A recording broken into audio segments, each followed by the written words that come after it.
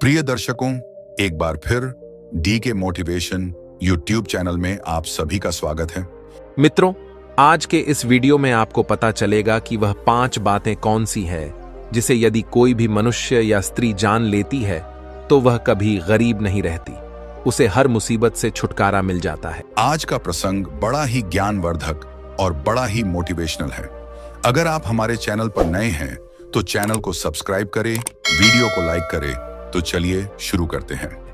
मित्रों, चलो आज हम आपको एक बूढ़े गिद्ध की कथा के माध्यम से आप सभी को बताते हैं। प्राचीन काल की बात है मित्रों, आज से लगभग हजारों वर्ष पहले, जब भगवान श्री कृष्ण जी अपने द्वारिका नगरी में अपने सोने के सिंहासन पर विराजमान थे, साथ में जगत जननी करुणामयी श्री राधा रानी जी भगवान श्री कृष्ण के समीप खड़ी थी। अब भगवान श्री कृष्ण जी के पास देवर्षि नारद जी अदृश्य अवस्था में आ पहुंचते हैं। उतनी समय भगवान श्री कृष्ण माता राधा रानी जी से बातें कर रहे थे। माता राधा रानी जी कह रही थीं कि हे प्रीतम, मैं आपसे ज्ञान की 5 बातें जानना चाहती हूँ जो मेरे अंतर मन को प्रभावित कर दे, जिससे हमको एक सीख मिले। तब भगवान श्री कृष्ण माता राधा रानी जी को एक कथा सुनाते हैं और कहते हैं कि हे राधे, मैं तुम्हारे इस प्रश्न का उत्तर तुमको एक कथा के माध्यम से देता हूं।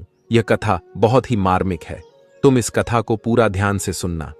मित्रों, अब देवर्षि नारद जी अदृश्य अवस्था में भगवान श्री कृष्ण और राधा रानी की बातें सुन रहे थे। भगवान श्री कृष्ण और राधा रानी जी को उनके आने का तनिक भी आभास नहीं हुआ था। अब भगवान श्री कृष्ण ने कथा को सुनाना आरंभ किया और कहा कि हे राधे, मैं तुमको आज एक कथा के माध्यम से 5 बातें बताने वाला हूं। तुम इस कथा को पूरा ध्यान से सुनना। इसको जो भी मनुष्य सुन और जान लेता है उसे हमेशा के लिए गरीबी से मुक्ति मिल जाती है और वह कभी किसी से भी धोखा नहीं खाता है।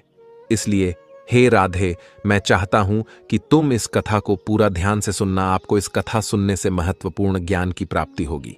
अब राधा रानी जी कहती हैं कि हे प्रीतम, आप उस कथा को सुनाइए।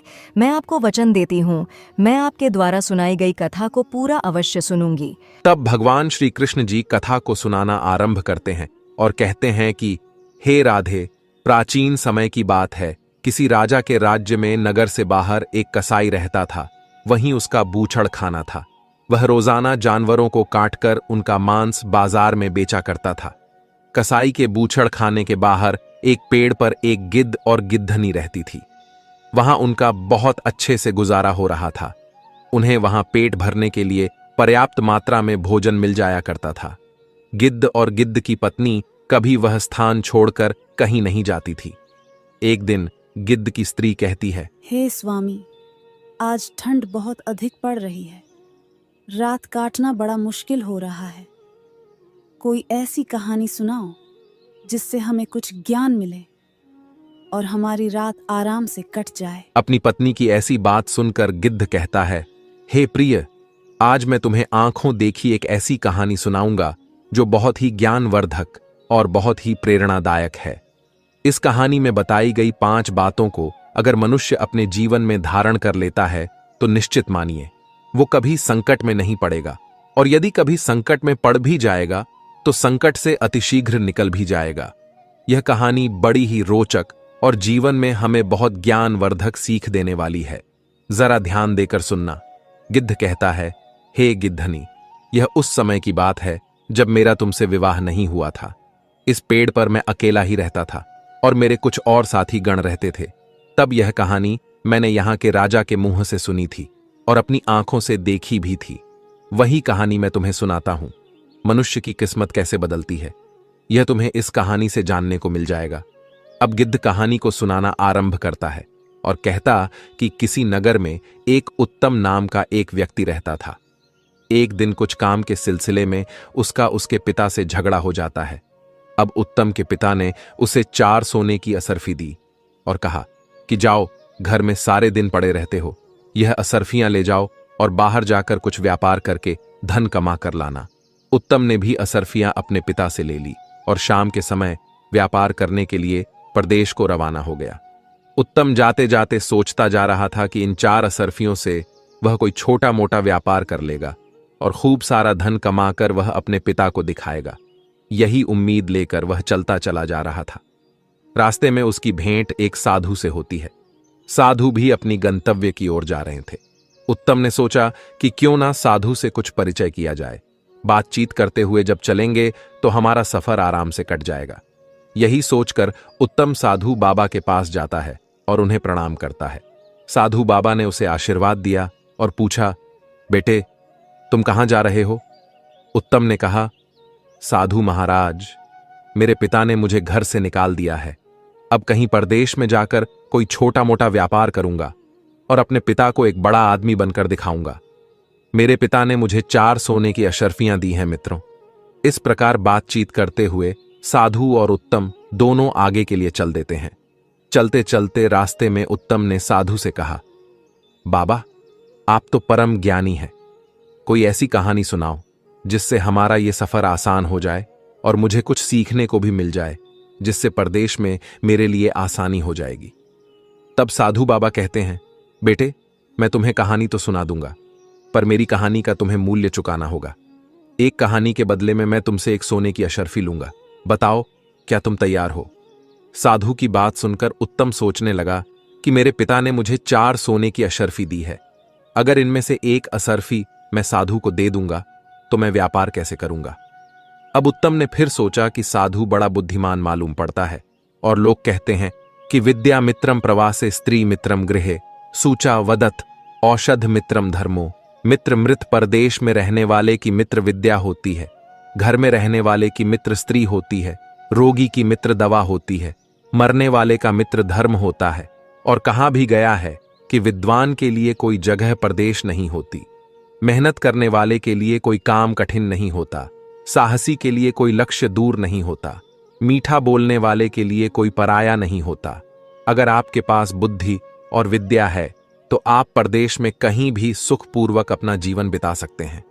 यही सोचकर उत्तम ने एक मुद्रा साधु को दे दी और कहा, महाराज आप मुझे कहानी सुनाओ, मैं आपकी कहानी का मूल चुकाने के लिए तैयार हूं। अब वह गिद्ध अपनी पत्नी से बोला, हे प्रिय। चलते चलते साधु ने उस युवक उत्तम को कुछ उपदेश देना शुरू किया। साधु कहने लगा, पुत्र तुम्हें मैं जो बात बताने जा रहा हूं, अगर तुमने इस बात पर अमल कर लिया तो यह तुम्हारे बहुत काम आने वाली है। सुनो, तुम परदेश में व्यापार करने जा रहे हो तो तुम मेरी एक का बात ध्यान रखना। यदि परदेश में तुम्हें कोई ठीक ठाक व्यापार ना मिले तो तुम खाली मत बैठना। जो भी जैसा भी काम मिले वह काम पकड़ लेना। यह प्रदेश में रहने वाले के लिए सबसे पहला और अनमोल मूल मंत्र है। खाली बैठने से परदेश में अपनी जेब से ही धन खर्च होता है। इससे बेहतर यही होगा, भले ही थोड़े पैसे मिले पर हमें कुछ काम करके अपना खर्च चलाना चाहिए। इससे तुम्हें काम का अनुभव भी होगा और आपका समय भी ठीक से कट जाएगा। उत्तम ने कहा, ठीक है बाबा, मैं तुम्हारे इस उपदेश पर जरूर अमल करूंगा। अब आप कहानी सुनाइए। तब महात्मा जी बोले, अरे बेटे कहानी तो खत्म हो गई, अभी मैंने आपको यह कहानी ही सुनाई थी। उत्तम कहने लगा, साधु बाबा यह कैसी कहानी थी जो जरा सी देर में खत्म हो गई? यह तो आपने मुझे उपदेश दिया है, आपने तो मुझे कोई कहानी नहीं सुनाई। आप मुझे कोई कहानी सुनाओ ना। तब साधु ने कहा, अगर तुम दूसरी कहानी सुनना चाहते हो तो तुम्हें एक मुद्रा और देनी पड़ेगी, तब मैं तुम्हें दूसरी कहानी सुनाऊंगा। मित्रों, उत्तम ने कुछ सोच विचार करने के बाद एक मुद्रा साधु के हाथ पर रख दी और कहा, बाबा अब मुझे कहानी सुनाइए। तब साधु महाराज ने कहा, ठीक है, अब मैं तुम्हें दूसरी कहानी सुनाता हूं, और हां इसे तुम ध्यान देकर सुनना। अब साधु कहता है, बेटा परदेश में रहकर किसी दूसरे की वस्तु पर छल कपट या प्रपंच से अपना अधिकार मत करना। दूसरे की वस्तु को हमेशा मिट्टी के समान समझकर चलना। कभी किसी चीज पर नीयत खराब मत करना। उत्तम ने कहा, ठीक है बाबा, मैं ऐसा ही करूंगा। अब आगे मुझे कहानी सुनाइए। तब साधु कहने लगा, बेटा कहानी तो खत्म हो गई, यह इतनी ही कहानी थी। उत्तम ने कहा, अरे यह क्या, यह तो आपने सिर्फ मुझे उपदेश दिया है, बस इतने से उपदेश के आपने मुझसे एक सोने की मुद्रा ले ली। तब साधु ने कहा, बेटे ज्ञान की कोई कीमत नहीं होती, ज्ञान तो अनमोल होता है। ज्ञान की कीमत तब पता चलती है जब मनुष्य विपत्ति में पड़ता है और वही ज्ञान उसे विपत्ति से उबार ले जाता है। उत्तम ने कहा, ठीक है बाबा, उपदेश ही सही, मैं तुम्हें एक और स्वर्ण मुद्रा देता हूं, आप मुझे एक उपदेश और दीजिए। इतना कहकर उत्तम ने एक स्वर्ण मुद्रा साधु के हाथ पर रख दी। साधु ने तीसरी बात उत्तम को बताई कि बेटा, जीवन में कभी किसी का गुप्त भेद पता चल जाए तो उस भेद को कभी तीसरे से मत कहना। यह सबसे अनमोल सीख है। साधु के तीसरे उपदेश को भी उत्तम ने अपनी गांठ में बांध लिया। फिर सोचा कि अब मेरे पास सिर्फ एक ही अशर्फी रह गई है। इस एक अशर्फी से व्यापार तो हो नहीं पाएगा, क्यों ना साधु बाबा से एक उपदेश और सीख लिया जाए। यही सोचकर उत्तम ने वह चौथी अशर्फी भी साधु के हाथ पर रख दी और बोला, साधु महाराज, अब आप मुझे एक उपदेश और दे दीजिए। साधु ने कहा, बेटे ठीक है, मैं तुम्हें चौथा उपदेश देता हूं, और यह उपदेश जिंदगी के लिए बहुत अनमोल है। इसे सदैव याद रखना। इस प्रकार साधु उत्तम को चौथी बात बताता हुआ कहने लगा, पुत्र, यदि तुम्हें कभी रास्ते में कोई प्रेम से बुलाकर बैठने को कहे तो आपका चाहे कितना ही कीमती काम हो, उसे छोड़कर आप 2 मिनट उसके पास जरूर बैठना। उसके साथ 2 मिनट बिताया गया समय तुम्हारे बहुत काम आ सकता है। इस प्रकार साधु ने उत्तम को चौथा उपदेश दिया। उत्तम कहने लगा, बाबा, आपके उपदेश वास्तव में बहुत कीमती है। अब मेरे पास कोई पैसा नहीं बचा है, वरना 2-4 उपदेश मैं आपसे और सुन लेता। तब साधु कहता है, पुत्र, किसी के उपदेश को, किसी की शिक्षा को बिना मूल्य चुकाए नहीं ग्रहण करना चाहिए। फिर भी तुम कहते हो तो एक उपदेश मैं तुम्हें अपनी तरफ से देता हूं जिसका तुमसे कोई मूल्य नहीं लिया जाएगा, और वो उपदेश है कि परदेश में रहकर किसी दुराचारी स्त्री का भरोसा मत करना। दुराचारी स्त्री का कोई पता नहीं होता कि उसके दिमाग में क्या है और दिल में क्या है। मित्रों, ये 5 उपदेश देकर साधु बाबा ने कहा, बेटे, हमारा तुम्हारा साथ बस इतनी ही देर का था। पास में ही मेरा आश्रम है और अब मैं अपने आश्रम पर जा रहा हूं। इतना कहकर साधु अपने आश्रम पर चला जाता है। उत्तम अब वहां से अकेला आगे बढ़ता है, परंतु उसके दिमाग में एक बात चल रही थी कि साधु बाबा ने 5 उपदेशों के बदले मुझसे 4 स्वर्ण मुद्राएं ले ली। साधु को भला धन से क्या मतलब? साधु संत तो बैरागी होते हैं। धन दौलत का त्याग करके ही वे साधु बनते हैं। फिर साधु ने मुझसे स्वर्ण मुद्राएं क्यों ली? मैं यह बात जब लौटकर अपने नगर जाऊंगा तब साधु से जरूर पूछूंगा। तब उत्तम ने सोचा, चलो जो भी है, साधु की यह 5 बातें बड़ी ही कीमती मालूम पड़ती हैं। मैं इन्हें सदैव याद रखूंगा। मित्रों, अब उत्तम के पास में कोई पैसा नहीं बचा था। अब वह इस चिंता में था कि परदेश में जाकर वह क्या करेगा, क्या खाएगा, कैसे अपना व्यापार शुरू करेगा। यही सब बातें सोचते सोचते वह एक नगर में पहुंच जाता है। नगर में पहुंचकर वो किसी नौकरी की तलाश करने लगता है, क्योंकि धन तो उसके पास में था नहीं। अब उत्तम ने सोचा कि चलो कोई नौकरी ही कर लेते हैं, क्योंकि साधु बाबा ने भी कहा है कि परदेश में खाली नहीं बैठना चाहिए। छोटा मोटा जो भी काम मिल जाए उसे ही करना चाहिए। नौकरी की तलाश में उत्तम इधर उधर लोगों से पूछता फिर रहा था। तभी उसकी भेंट एक राजा के नौकर से होती है, जो राजा के अस्तबल का नौकर था। उसका नाम था शिवदेव। शिवदेव राजा के यहां रहकर उनके घोड़ों की देखभाल करता था। तब उसने देखा कि एक आदमी जो कि उत्तम था, वह नौकरी की तलाश में घूम रहा है। तो शिवदेव ने उसे अपने पास बुलाया और कहा, भाई, तुम्हें काम की तलाश है और मुझे राजा छुट्टी नहीं दे रहा है। घर पर मेरी मां बहुत बीमार है। काफी दिनों से मैं अपनी मां को देखने नहीं जा पा रहा हूं। राजा ने मुझसे कहा है कि तुम एक शर्त पर घर जा सकते हो। अगर तुम अपनी जगह किसी और को काम पर लगा दो, तुम अपने घर चले जाओ। शिवदेव ने उत्तम से कहा, एक काम करो भैया, मेरी जगह पर 1 माह के लिए तुम काम कर लो। जो भी वेतन मिलेगा वह वेतन तुम रख लेना। जब मैं अपनी मां को देखकर लौट आऊंगा तब तुम कोई और काम तलाश कर लेना। शिवदेव की बात सुनकर उत्तम ने सोचा कि इधर उधर घूमकर समय नष्ट करने से अच्छा है कि 1 माह तक मैं इसकी जगह पर ही काम कर लूं। उसके बाद मेरे पास भी कुछ पैसे हो जाएंगे। मैं शहर में नया आया हूं, 1 महीने में मैं यहां के लोगों को समझ भी लूंगा। यही सोचकर उत्तम शिवदेव की जगह काम करने के लिए तैयार हो जाता है। शिवदेव उत्तम को लेकर राजमहल में जाता है। वहां के राजा विश्वदत्त बड़े ही बुद्धिमान और प्रतापी राजा थे। उनकी एक बेटी थी, उसका नाम चंद्रप्रभा था। चंद्रप्रभा बहुत ही सुंदर थी और अभी अभी ही उसने जवानी की पहली सीढ़ी पर कदम रखा था। राजा अपनी पुत्री से बहुत प्यार करता था, क्योंकि चंद्रप्रभा उनकी इकलौती पुत्री थी। मित्रों, राजा को घोड़ा पालने का और घोड़सवारी करने का बड़ा ही शौक था, एक से बढ़कर एक अच्छी नस्ल वाले। उसके यहां हजारों घोड़े पले हुए थे। उन घोड़ों की देखभाल के लिए राजा ने कई नौकर लगा रखे थे। उन्हीं में से एक शिवदेव था। प्रत्येक नौकर के हिस्से में 2-2 घोड़े थे। उन्हें खिलाने पिलाने के लिए राजा उन्हें बराबर राशन और दाना घास देता था।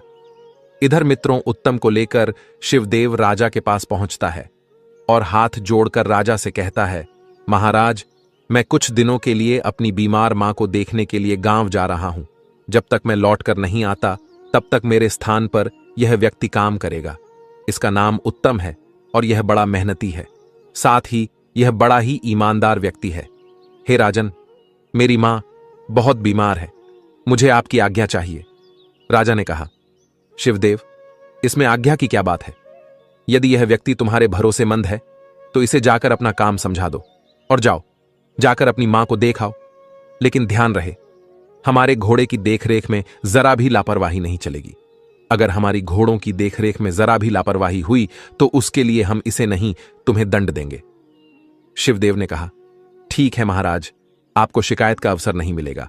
मैं इसे सारा काम अच्छे से समझा दूंगा। इस प्रकार राजा की आज्ञा लेकर शिवदेव उत्तम को लेकर घोड़ों के अस्तबल में जाता है। वहां जाकर उत्तम ने देखा तो वहां पर हजारों घोड़े बंधे थे। शिवदेव ने उत्तम से कहा, देखो उत्तम, मेरे हिस्से में राजा ने 10 घोड़े दिए हैं। तुम्हें 10 घोड़ों की देखभाल करनी है, इनको दाना खिलाना है और इनकी मालिश करनी है। उत्तम ने कहा, ठीक है मित्र, मैं यह काम बड़ी ईमानदारी और पूरी निष्ठा के साथ करूंगा, तुम इसकी चिंता मत करो। उसके बाद शिवदेव उत्तम को अपना कमरा दिखाता है और कहता है कि आज से तुम इसी कमरे में रहोगे। इस शिवदेव उत्तम को जिम्मेदारी सौंपकर अपने नगर के लिए चला जाता है।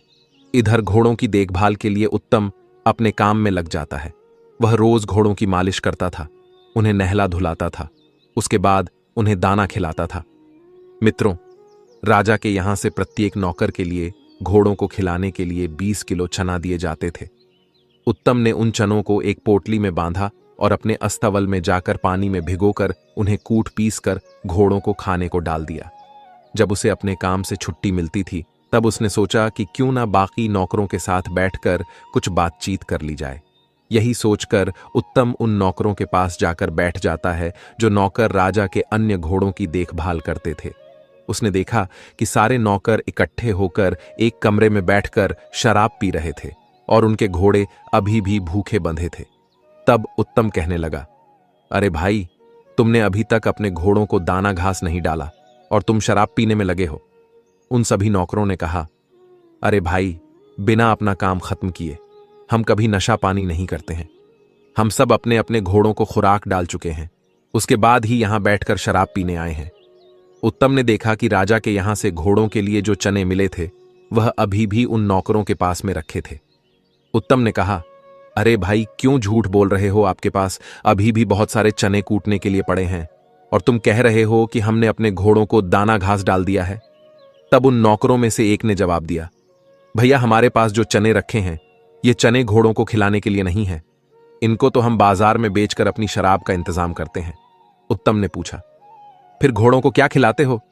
तब उन नौकरों ने जवाब दिया, राजा हमें 20 किलो चना देता है, हम 5 किलो चना घोड़ों को खिला देते हैं और बाकी के चने बेचकर अपना नाश्ते पानी का इंतजाम करते हैं। नौकरों का यह बर्ताव उत्तम को अच्छा नहीं लगा। वह सोचने लगा, यह तो राजा के साथ और इन निर्दोष जानवरों के साथ धोखा है। तब उत्तम ने कहा, तुम सब अपना पेट भरने के लिए, नशा करने के लिए इन घोड़ों को भूखा रखते हो। वे सब नौकर कहने लगे, देखो भाई, पेट भरने के लिए यह सब करना पड़ता है।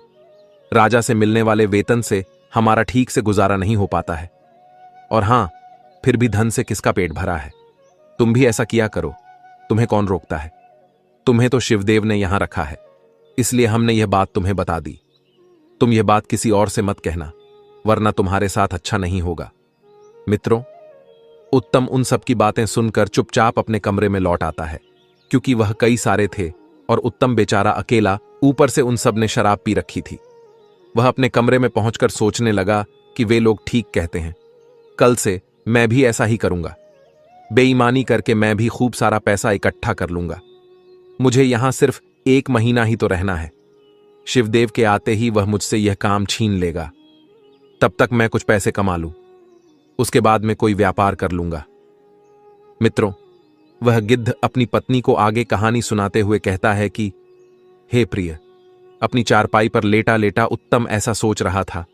तभी उसे साधु की दूसरी बात याद आ जाती है कि किसी दूसरे के धन पर छल प्रपंच और कपट से अपना अधिकार नहीं करना चाहिए। दूसरे का धन, दूसरे की वस्तु मिट्टी के समान समझनी चाहिए। उसके ऊपर कभी अपनी नीयत खराब नहीं करना चाहिए। यह बात याद आते ही उत्तम के विचार बदल जाते हैं। वह सोचने लगा कि मैं भूखा रह लूंगा, लेकिन यह पाप का धन कभी नहीं खाऊंगा। मित्रों, उसी दिन से उत्तम बड़ी ईमानदारी के साथ अपने घोड़ों की देखभाल करते हुए हर समय उनकी देखभाल करता था। 1 महीने के अंदर उत्तम के 10 घोड़े एकदम हष्ट-पुष्ट और खूब तंदुरुस्त दिखने लगे, और बाकी के नौकर दाने की चोरी करते थे, घोड़ों को कम खिलाते थे, इसीलिए उनके घोड़े कमजोर होते चले गए। एक दिन दरबार में राजा ने अपने मंत्री से कहा, मंत्री जी, बहुत दिन हो गए हैं, मैंने अपने घोड़ों की दौड़ नहीं देखी है। आप नौकरों को सूचित कर दो कि वे सब अपने घोड़ों को लेकर मैदान में आ जाएं। कल मैं घोड़ों की दौड़ की प्रतियोगिता रखूंगा। राजा ने जैसे कहा था, मंत्री ने वैसा ही नौकरों को आदेश दे दिया। अस्तबल के सभी नौकर घोड़ों को अच्छी तरह से नहला धुलाकर खूब सजाकर अपने अपने घोड़ों को लेकर खाली मैदान में पहुंच गए। अब राजा साहब ने जब घोड़ों पर दृष्टि डाली तो उसने देखा कि सारे घोड़े बहुत कमजोर थे, बिल्कुल मरियल से, और उत्तम के 10 घोड़े बड़े ही हष्ट-पुष्ट और सुडौल थे। वे दौड़ने के लिए फुरफुरा रहे थे। यह देखकर राजा को क्रोध आ जाता है। उन्होंने अपने मंत्री से कहा कि मंत्री जी, हमारे सारे घोड़े बड़े ही स्वस्थ थे, लेकिन मैं मात्र 10 घोड़ों को ही स्वस्थ देख रहा हूं। बाकी के सब घोड़े बहुत कमजोर हो गए हैं। ये इतने कमजोर कैसे हो गए? क्या नौकर इन्हें खिलाते पिलाते नहीं है? क्या मुझे तो ऐसा लगता है कि नौकरों ने इन्हें खिलाने पिलाने में लापरवाही की है। तब राजा ने उत्तम के पास पहुंचकर उत्तम के घोड़े देखे। घोड़े एकदम स्वस्थ और फुर्तीले थे।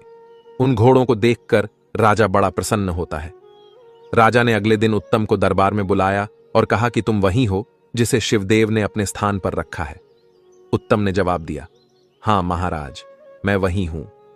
राजा ने पूछा, आपके घोड़े एकदम हष्ट-पुष्ट हैं, बाकी के घोड़े इतने कमजोर क्यों हैं, जबकि मैं घोड़ों की खाद्य सामग्री बराबर बराबर मात्रा में भिजवाता हूं? यही जानने के लिए मैंने तुम्हें यहां बुलाया है। राजा के पूछने पर उत्तम ने कहा, महाराज, मैं इस बात का रहस्य तो आपको बता दूंगा, लेकिन यह बात मैं तभी बताऊंगा जब अस्तबल के बाकी नौकर यहां मौजूद होंगे। राजा ने आदेश देकर फौरन सारे नौकरों को अपने दरबार में बुला लिया। तब राजा ने उत्तम से पूछा, अब बताओ, बाकी घोड़ों की कमजोर होने के पीछे क्या कारण है? तब उत्तम ने कहा, महाराज, आपके बाकी नौकर बड़े बेईमान और बड़े ही लालची और नशेड़ी हैं। आप घोड़ों के लिए रोजाना 20 किलो चना देते हैं, लेकिन यह 5 किलो चना घोड़ों को खिलाते हैं। बाकी के 15 किलो चना यह बाजार में बेचकर शराब ले आते हैं। घोड़ों को पर्याप्त मात्रा में दाना न मिलने से सारे घोड़े कमजोर हो गए हैं, लेकिन मैंने बड़ी ईमानदारी से आपका दिया हुआ राशन घोड़ों को खिलाया है, इसलिए मेरे घोड़े तंदुरुस्त हैं। इतनी बात सुनते ही राजा आग बबूला हो जाता है और नौकरों पर बिगड़कर बोलता है, हरामखोरो, हम तुम्हें इसी बात की तनख्वाह देते हैं कि तुम आराम से घोड़ों का दाना भी खा जाओ। सारे नौकर नीचे की ओर गर्दन डालकर चुपचाप खड़े हो गए और डर के मारे थर-थर कांपने लगे और कहने लगे, महाराज, हमें क्षमा कर दो, हमसे बहुत बड़ी गलती हो गई है, अब हम दोबारा ऐसा नहीं करेंगे। राजा ने कहा, नहीं, मैं तुम सबकी गर्दन तलवार से अभी उड़ा देता हूं। तुमने हमारे साथ धोखा किया है। राजा को अत्यंत क्रोध में देखकर उत्तम कहने लगा, महाराज, इस बार इन्हें आप क्षमा कर दीजिए। मैं उम्मीद करता हूं कि अब ये दोबारा गलती नहीं करेंगे। उत्तम के कहने पर राजा ने उन्हें चेतावनी देकर छोड़ दिया। मित्रों, उत्तम की ईमानदारी को देखते हुए राजा ने उत्तम को शाबाशी दी और उसे अस्तबल के मुख्य निरीक्षक के रूप में नियुक्त कर दिया और कहा कि आज से तुम्हारा काम इतना है कि तुम इन सब पर नजर रखोगे। अगर कोई घोड़े का दाना चोरी करता है या बेचते हुए पकड़ा जाता है तो उसकी खबर तत्काल हमें मिलनी चाहिए। इस काम के हम तुम्हें 10 अशर्फियां देंगे। राजा ने सख्त निर्देश देकर उन सभी नौकरों को छोड़ दिया। अब तो उत्तम उन सभी पर दृष्टि रखने के लिए नियुक्त कर दिया गया। राजा अपनी उंगली में एक हीरे की अंगूठी पहने था। वह अंगूठी उतारकर राजा ने इनाम के रूप में उत्तम को पकड़ा दी और कहा कि जब भी तुम्हें हमसे मिलना हो तो तुम्हें अंगूठी पहरेदार को दिखाकर हमसे किसी भी समय मिल सकते हो। अस्तबल में पहुंचकर उत्तम ने सभी नौकरों को समझाया कि देखो, इस बार तो मैंने तुम्हें बचा लिया है। अगर दोबारा तुम्हारी गलती पकड़ी गई तो राजा साहब तुम्हें जिंदगी भर के लिए जेल में डाल देंगे, इसलिए ईमानदारी से अपना काम कीजिए। मित्रों, उसी दिन से सारे नौकर ईमानदारी से घोड़ों को खिलाने पिलाने लगते हैं और धीरे धीरे सभी घोड़े हष्टपुष्ट हो गए। फिर उन्होंने कभी भी बेईमानी नहीं की। इधर 1 माह का समय बीत चुका था। उधर शिवदेव जब अपनी मां से मिलकर अपनी नौकरी पर लौटता है तो वह जैसे ही शिवदेव घोड़ों के अस्तबल में पहुंचता है तो सारे नौकरों ने उसे घेर कर उत्तम की करतूत शिवदेव को बताई कि हमारी चोरी उत्तम ने राजा को पकड़ा दी और राजा ने उसे अस्तबल का मुख्य निरीक्षक बना दिया है। शिवदेव ने कहा, तुम लोग चिंता ना करो, मैं वापस आ गया हूं, अब तो उसे यहां से जाना ही पड़ेगा। तभी सभी नौकरों ने कहा, नहीं भाई, वो यहां से नहीं जाएगा, क्योंकि राजा ने उसे हम सब की देखभाल करने के लिए नौकरी पर रख लिया है। मित्रों, उसके बाद में शिवदेव उत्तम के पास जाता है और उत्तम उस समय कमरे में लेटा हुआ था। शिवदेव को देखकर उत्तम एकदम खुश हो जाता है और कहता है, मित्र तुम आ गए, तुम्हें देखकर मुझे बड़ी खुशी हुई। शिवदेव उत्तम के पास में बैठ जाता है। उसके बाद उत्तम वहां जो घटना घटी थी उसके बारे में शिवदेव को बताता है। शिवदेव कहने लगता, तुमसे पहले मुझे इस बात का पता लग चुका है। उसके बाद दोनों साथ साथ बैठकर भोजन करते हैं और भोजन करने के बाद अपने अपने बिस्तर पर लेट जाते हैं। शिवदेव मन ही मन उत्तम से बहुत जल रहा था, क्योंकि राजा ने उसे उससे भी बड़े पद पर नौकरी दे दी थी और उसने नौकरों की चोरी राजा को पकड़ाई थी। इसलिए शिवदेव उससे जलने लगा था। क्योंकि मित्रों, आपको बता दें कि शिवदेव भी चोरी करता था और उसे उत्तम का यह बर्ताव बिल्कुल पसंद नहीं आया। शिवदेव उत्तम को नीचा दिखाना चाहता था, उससे बदला लेना चाहता था। शिवदेव अपने कमरे में लेट जाता है और उत्तम अपने कमरे में चला जाता है, क्योंकि राजा ने उसे एक अलग कमरा दे रखा था। उस दिन आकाश में बादल छाए हुए थे, हल्की हल्की बारिश हो रही थी, बिजली कड़क रही थी। उधर राजकुमारी चंद्रप्रभा की आंखों में नींद नहीं थी, क्योंकि मित्रों, आपको बता दें, शिवदेव और राजा की पुत्री के बीच में प्रेम प्रसंग चल रहा था। राजकुमारी शिवदेव से मिलने आया करती थीं। आज राजकुमारी को पता चल गया था कि शिवदेव अपने नगर से लौट आया है। उसने सोचा कि उत्तम तो अब चला ही गया होगा। राजकुमारी रात में अपने महल से बाहर टहल रही थी।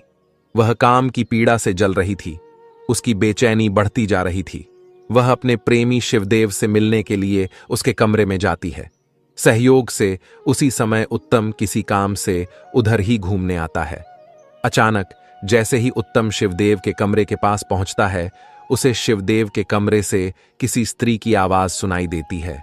उत्तम ने कमरे के अंदर झांक कर देखा तो शिवदेव के साथ राजकुमारी चंद्रप्रभा को देखकर उसकी आंखें फटी की फटी रह गईं।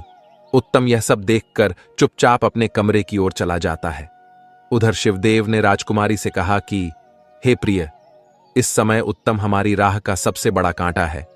कुछ भी करके तुम उत्तम को मरवा दो तो हम निश्चिंत हो जाएंगे। राजकुमारी ने कहा, प्राणनाथ, यह कितनी बड़ी बात है, तुम चिंता क्यों करते हो? मैं पिताजी से कहकर इसे मृत्यु दंड दिलवा दूंगी। उत्तम पहले ही अपने कमरे में जा चुका था। उधर उत्तम सोच रहा था कि शिवदेव राजा की आंखों में धूल झोंककर उनकी बेटी से प्रेम कर रहा है। यह तो राजा के साथ धोखा है। मुझे यह खबर महाराज को देनी चाहिए। उत्तम यही सोचकर राजा को संदेश देने के लिए राजमहल की ओर चलने लगता है। तभी उसे साधु महाराज की वो तीसरी बात याद आ जाती है। साधु ने कहा था कि अगर किसी का गुप्त भेद पता चल जाए तो उसे किसी तीसरे से नहीं कहना चाहिए, वरना खुद मुसीबत में पड़ सकते हो।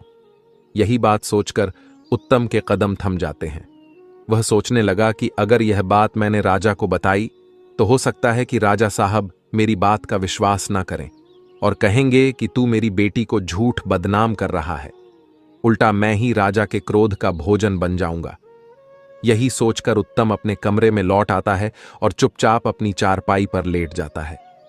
उधर राजकुमारी चंद्रप्रभा अपने कमरे में चली जाती है और अपने कमरे में पहुंचकर उसने अंदर से दरवाजा बंद कर लिया और जोर जोर से रोने चिल्लाने लगी।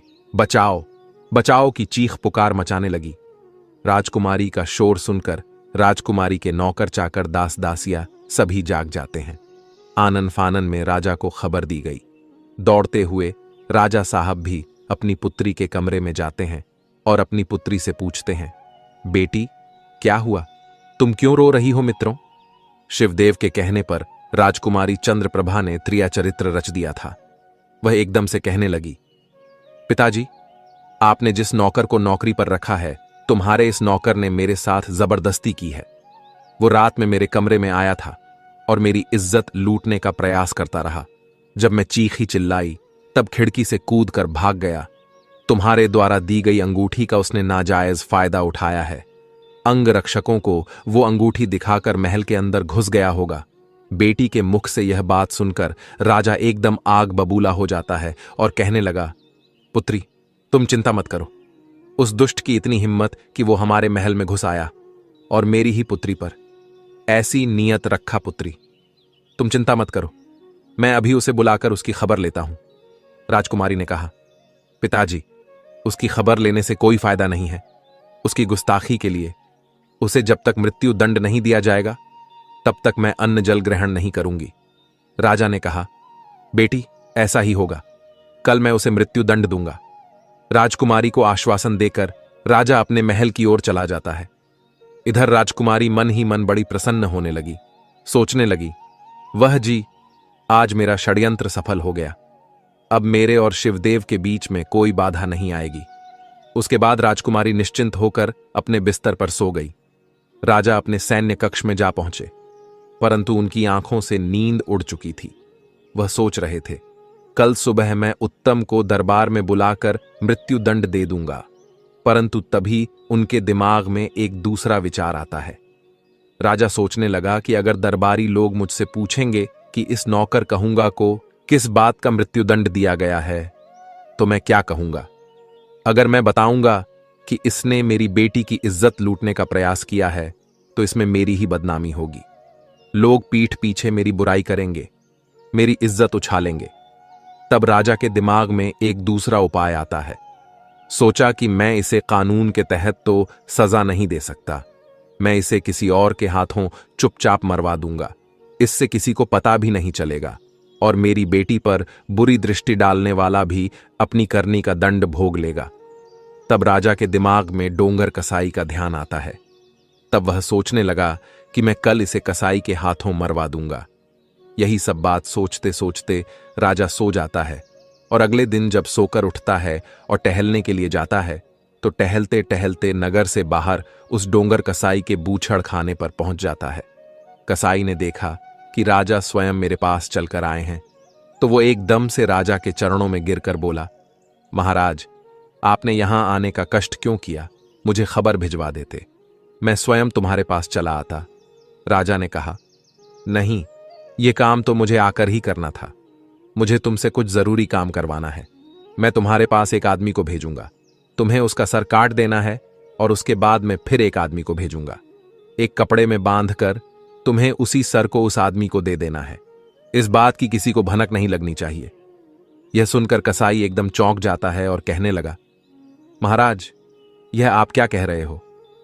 राजा ने कहा, हां, मैं ठीक कह रहा हूं। कुछ देर के बाद तुम्हारे कसाई खाने में एक आदमी को भेज रहा हूं। तुम उसे अपने बूचड़ खाने के अंदर ले जाकर मार देना। इस काम के बदले हम तुम्हें बहुत इनाम देंगे। यदि तुमने यह काम नहीं किया तो हम तुम्हें और तुम्हारे परिवार को जेल में डलवा देंगे।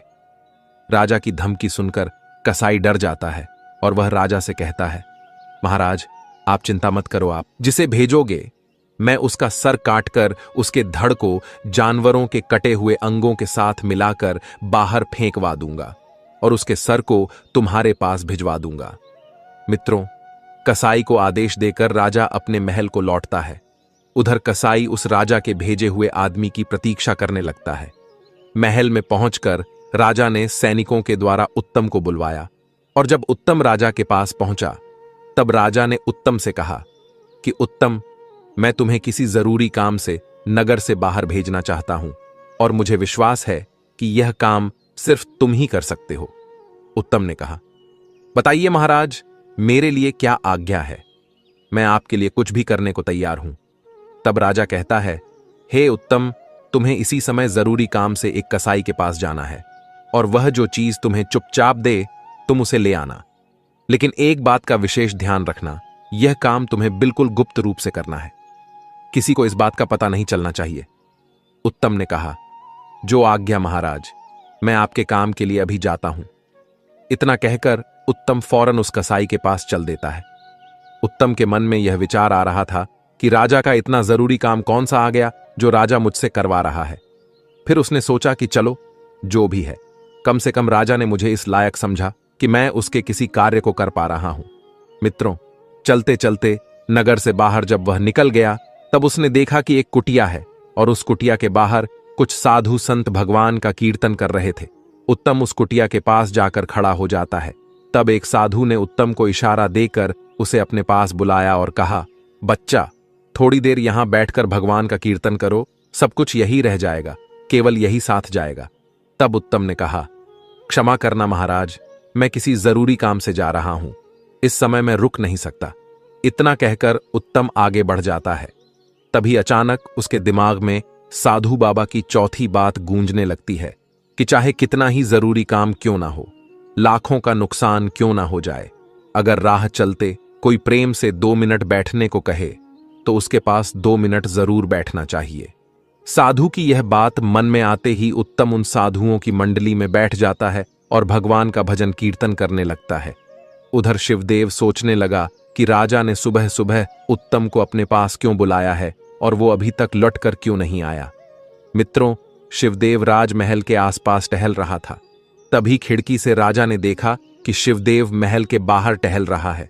तब राजा ने शिवदेव को तुरंत अपने पास बुलवाया और सोचा कि क्यों ना शिवदेव को ही उत्तम का सर लाने के लिए भेज दूं, अभी तक तो कसाई ने उसका सर धड़ से अलग कर दिया होगा। राजा ने तत्काल शिवदेव को आदेश दिया कि तुम इसी छड़ कसाई के बूछड़ खाने पर चले जाओ और कसाई तुम्हें जो चीज भेंट करे उसे चुपचाप लेकर चले आना और लाकर राजकुमारी के कक्ष में रख देना। रास्ते में तुम उस सामान को खोलकर देखने की भूल मत करना। शिवदेव ने कहा, जैसी आपकी आज्ञा महाराज। और इतना कहकर शिवदेव कसाई के पास को चल देता है। मित्रों, अब पहले कसाई के पास उत्तम को जाना था, लेकिन उत्तम तो वहां साधु संतों के साथ कीर्तन करने में मस्त हो गया था। इधर तब तक शिवदेव कसाई के पास पहुंच जाता है और बोला, भाई, मुझे राजा साहब ने भेजा है, उन्होंने बताया कि कोई जरूरी चीज तुम्हारे यहां से ले जानी है। अब वह कसाई समझ गया कि मुझे इसी का सर कलम करना है। कसाई कहने लगा, हां भाई, तुम अंदर चलो, मैं अभी आता हूं। शिवदेव नहीं जानता था कि कसाई ने उसे अंदर जाने के लिए क्यों कहा है। शिवदेव राजा की योजना से बिल्कुल अनजान था। वो चुपचाप अंदर चला जाता है। कसाई ने कहा, सामने अलमारी में राजा ने जो वस्तु मंगाई है वो रखी है, कृपया निकाल लो मित्रों। शिवदेव जैसे ही अलमारी खोलता है वैसे ही कसाई अपना धारदार गढ़ासा अनंगपाल की गर्दन पर चला देता है। अनंगपाल की गर्दन धड़ से कटकर अलग जा गिरी।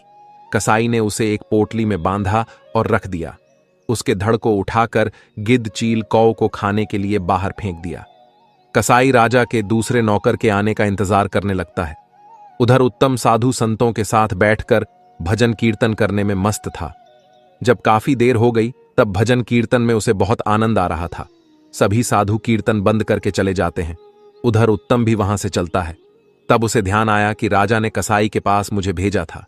एकदम कसाई के घर की तरफ उत्तम दौड़ने लगता है। थोड़ी देर में जब वो कसाई के पास पहुंचता है तो कहने लगा कि मैं महाराज के पास से आया हूं, उन्होंने कोई चीज मंगाई है। कसाई बोला, हां भाई, मैं समझ गया। कसाई ने वही पोटली उठाकर उत्तम को पकड़ा दी जिसमें शिवदेव का सर बंधा हुआ था। कसाई ने उसे समझाकर भेज दिया कि भाई, इसे खोलकर रास्ते में मत देखना, वरना राजा साहब तुम्हें फांसी पर चढ़ा देंगे। इस तरह से उत्तम शिवदेव का सर लेकर राजा के पास पहुंचता है। राजा और उनकी बेटी उस समय एक ही कक्ष में मौजूद थे। राजा कह रहा था, बेटी, आज उत्तम का काम तमाम हो ही गया। कुछ ही देर में शिवदेव उत्तम का सर लेकर आता होगा। मित्रों, इतने में उत्तम वो पोटली लेकर राजा साहब और राजकुमारी के कमरे में दाखिल होता है। उत्तम को जीवित देखकर वे दोनों अचंभित रह जाते हैं और कहने लगे, अरे तुम यहां कैसे? तब उत्तम ने जवाब दिया, महाराज, कैसी बातें करते हो? आपने ही तो मुझे कुछ विशेष वस्तु को लाने के लिए कसाई के पास भेजा था। कसाई ने जो चीज मुझे दी है वह मैं लेकर सीधा चला आ रहा हूं। मैं तो कहीं 1 मिनट भी नहीं ठहरा हूं। ठहरिए महाराज, मैं अभी खोल कर दिखाता हूं। मित्रों, उत्तम ने जैसे ही पोटली खोली तो उसे देखकर राजकुमारी के साथ साथ उसके कंठ से भी चीख निकल पड़ी। उसने देखा कि शिवदेव का कटा हुआ सर उस पोटली में बंधा था। उत्तम का चेहरा पसीना पसीना हो जाता है। राजा को यह समझते देर नहीं लगी। उत्तम की जगह कसाई ने शिवदेव का सर काट दिया है। जरूर शिवदेव उत्तम से पहले वहां पहुंच गया होगा। कसाई तो दोनों को पहचानता नहीं था कि किसको मारना है और किसको छोड़ना है। तो रोते हुए वो पूछने लगा, महाराज, यह क्या मामला है? आपने शिवदेव को क्यों मरवा दिया? राजा के पास कोई जवाब नहीं था। इतने में राजकुमारी शिवदेव के कटे हुए सर को लेकर जोर जोर से रोने लगती है। कहने लगी, मेरे प्रियतम, मैं नहीं जानती थी कि मेरी चाल तुम्हारे लिए ही उल्टी पड़ जाएगी, वरना मैं ऐसा खेल कभी नहीं खेलती। तुम्हारे कहने से ही मैंने उत्तम पर आरोप लगाया था। तुम्हारी खुशी के लिए ही मैं उसे मारना चाहती थी, लेकिन उत्तम बड़ा ही खुशकिस्मत है, वह फिर भी जीवित बच जाता है। राजकुमारी पागलों की तरह रो रही थी। राजकुमारी के मुख से जब यह बात राजा ने सुनी तो राजा की आंखें फटी की फटी रह गईं। राजा को पता चल गया कि मेरी बेटी ने निर्दोष उत्तम पर दोष लगाया था। राजा एकदम से क्रोध में आकर अपनी तलवार खींच लेता है और अपनी पुत्री से बोला, पुत्री, सच सच बताओ, क्या उत्तम को जान से मरवाना तुम्हारी एक चाल थी? सच सच बताओ, वरना मैं तुम्हारी गर्दन उड़ा दूंगा। मित्रों, डर के मारे राजकुमारी ने सारी बात सच सच अपने पिता को बता दी। यह सुनकर राजा सर को पकड़कर बैठ गया। राजा की आंखों के सामने अंधेरा छाने लगा और वह कहने लगा, यह मैं क्या करने जा रहा था? मैं एक निर्दोष व्यक्ति को अपनी दुराचारी बेटी के कहने पर जान से मारने वाला था। भगवान, तुमने मुझे बचा लिया, मुझे माफ करना। इधर राजकुमारी ने देखा कि राजा साहब मुझे जीवित नहीं छोड़ेंगे, तो उसने तलवार लेकर खुद ही अपने पेट में घोंप और मरते मरते कहने लगी, पिताजी, मुझे माफ कर देना, मैंने एक निर्दोष आदमी की जान लेनी चाहिए। भगवान ने मुझे मेरे कर्मों की सजा दे दी है, मुझसे मेरा प्रेमी छीन लिया है। इतना कहते कहते राजकुमारी ने अपने प्राण त्याग दिए। मित्रों, उस घटना से राजा को वैराग्य हो जाता है। अगले दिन राजा ने दरबार में अपना अपराध स्वीकार कर दिया और कहा कि मैं अपना यह राज्य त्याग रहा हूं। मैं आपका राजा कहलाने के योग्य नहीं हूं, इसलिए मैं अपने स्थान पर अपने नौकर उत्तम को यहां का राजा नियुक्त करता हूं। राजा का फैसला सुनकर सभी दरबारी हैरान थे। सबने मिलकर राजा को समझाने का बहुत प्रयास किया, लेकिन राजा फैसला कर चुका था और वह उत्तम को राजगद्दी सौंपकर भजन करने के लिए जंगल को चला गया। सब लोगों ने उत्तम को अपना राजा स्वीकार कर लिया। नए राजा के रूप में उत्तम बड़ी कुशलता से राज्य को चलाने लगता है। कहते हैं, अगर किस्मत में राजशी लिखी है तो दूसरे देश में जाकर भी तुम राजा बन जाओगे। अब वह गिद्ध कहने लगा, हे प्रिय, यही है, उस राजा की कहानी है जो ईश्वर का न्याय होते। मैंने अपनी आंखों से देखा है। दुष्ट दुराचारी को सजा मिलती, मैंने अपनी आंखों से देखा है। अकारण हमें किसी पर लांछन नहीं लगाना चाहिए, वरना ईश्वर का डंडा उल्टा भी चल जाता है। अब मित्रों, अब भगवान श्री कृष्ण राधा रानी जी से कहते हैं, हे प्रिय, अब गिद्ध की बातें समाप्त होती हैं। और उत्तम राजा तो बन गया था, मगर उसके दिमाग में एक बात घूम रही थी। उस साधु महाराज की उन 5 बातों ने मेरी जान बचाई है, यहां तक कि मुझे यहां का राजा भी बना दिया। मुझे उन साधु से मिलने जाना चाहिए। ऐसा निश्चय करके राजा उत्तम बहुत ही सम्मान के साथ साधु को भेंट लेकर उनके आश्रम पर जाता है और उन्हें प्रणाम करता है। राजा ने पूछा, महाराज, मैं आपसे एक बात जानना चाहता हूं, मुझे पहचानो। मैं वही व्यक्ति हूं जो कुछ दिन पहले आपके साथ रास्ते में मिला था और आपने मुझे 5 बातें बताई थीं। आज मैं एक राजा बन गया हूं। आपकी बातें मेरे जीवन में बहुत काम आई। मैं यह जानना चाहता हूं कि आप तो एक साधु संत हैं और मोह माया से अलग है, और कहते हैं कि मोह माया से अलग होने के बाद ही एक साधु बनता है। फिर आपने मुझे 5 बातें बताने के बदले में मुझसे वह स्वर्ण मुद्राएं क्यों ली थीं? आप मुझे उपदेश बिना कीमत लिए भी दे सकते थे, परंतु आपने एक एक उपदेश के लिए एक एक स्वर्ण मुद्रा ली। तब साधु कहता है, हे पुत्र, कहते हैं, मुफ्त की चीज को लोग जीवन में ठीक से उपयोग में नहीं लाते। उपयोग में वही लाते हैं जिसमें मेहनत लगी हो, जिसमें कठोर श्रम लगा हो, जिसमें धन लगा हो, मुफ्त की वस्तु को लोग मुफ्त के धन को पानी की तरह उड़ाते हैं। अगर मैं आपको ज्ञान मुफ्त में देता तो शायद आप उसका पालन नहीं करते, क्योंकि आपके पास से उन बातों के बदले में सोने की 4 अशर्फियां गई थीं। इसीलिए मनुष्य को चाहिए कि वह मुफ्त की खाने के पीछे ना पड़े, सदैव परिश्रम करके ही कमाकर खाए, वही फलदायी होता है। रही मेरे लोभ की बात, तो मेरे अंदर लेस मात्र भी लोभ लालच नहीं है। तुमने जो 4 स्वर्ण मुद्राएं मुझे दी थीं, वो आज भी मैंने संभाल कर रखी हैं। तुम चाहो तो अब इन्हें ले जा सकते हो। यह मेरे किसी काम की नहीं है। इन्हें ले जाकर गरीबों में बांट देना।